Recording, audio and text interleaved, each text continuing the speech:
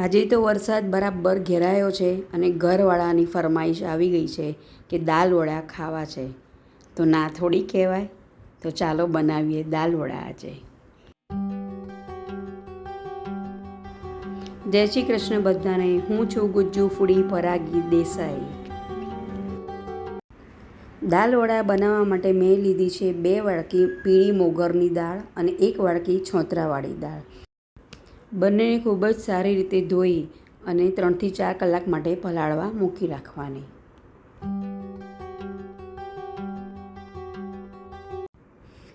જુઓ પલાળ્યા પછી કેવી સરસ ફૂલીને મોટી થઈ ગઈ છે. ચારણીમાં નાખીને બધું વધારાનું પાણી નિતારી લઈશું.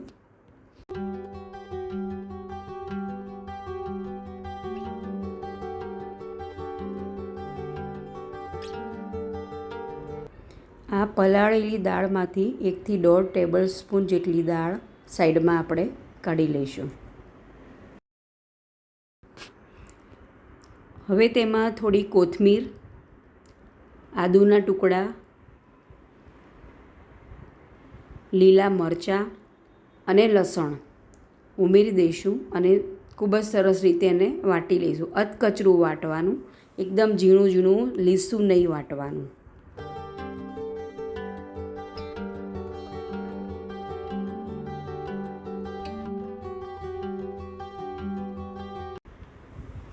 જો સરસ વટાઈ ગયું છે અધકચરું.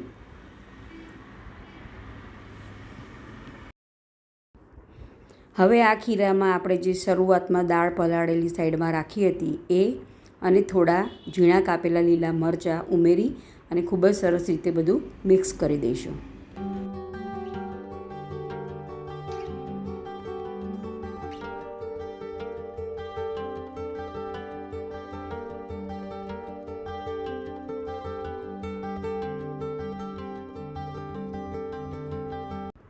સ્વાદ પ્રમાણે મીઠું નાખી અને એને 7 થી 8 મિનિટ એક જ દિશામાં સતત ફીણી લેવાનું, જેથી એકદમ હલકું ખીરું થઈ જાય. આપણે આમાં ઈનો કે સોડા કંઈ પણ નાખ્યા વગર જ દાલ વડા બનાવીશું.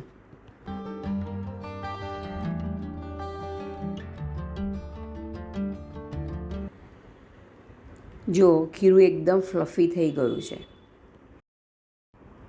હવે એકદમ સરસ તાપે આવેલા તેલમાં એને તળવાના અને એકવાર અંદર દાલ વડા નાખી દઈએ પછી તેલનું આ ગેસની આંચ મીડિયમ કરી દેવાની.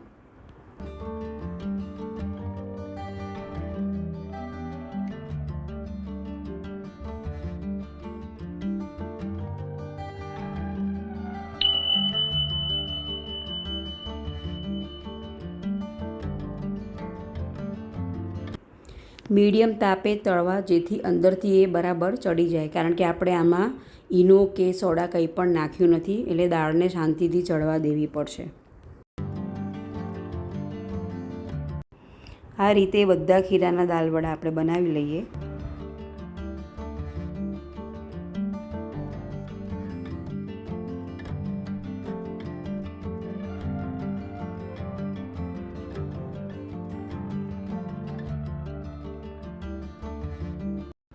હવે દાલ વડા હોય અને મરચાં ના હોય એ તો બને જ નહીં. સો મરચાં થોડા તળી લઈએ. મરચાંમાં તેલ બહુ જ ઉડે એટલે મેં કેમેરા પર તેલ ન ઉડે એટલે મેં વચ્ચે ડીશ રાખી છે.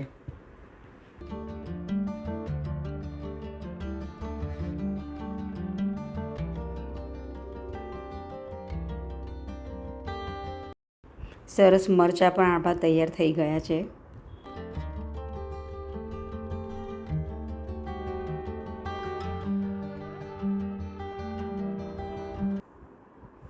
ગરમા ગરમ દાલ વડા તૈયાર છે અને વરસાદ પણ બરાબર ઘેરાયો જ છે.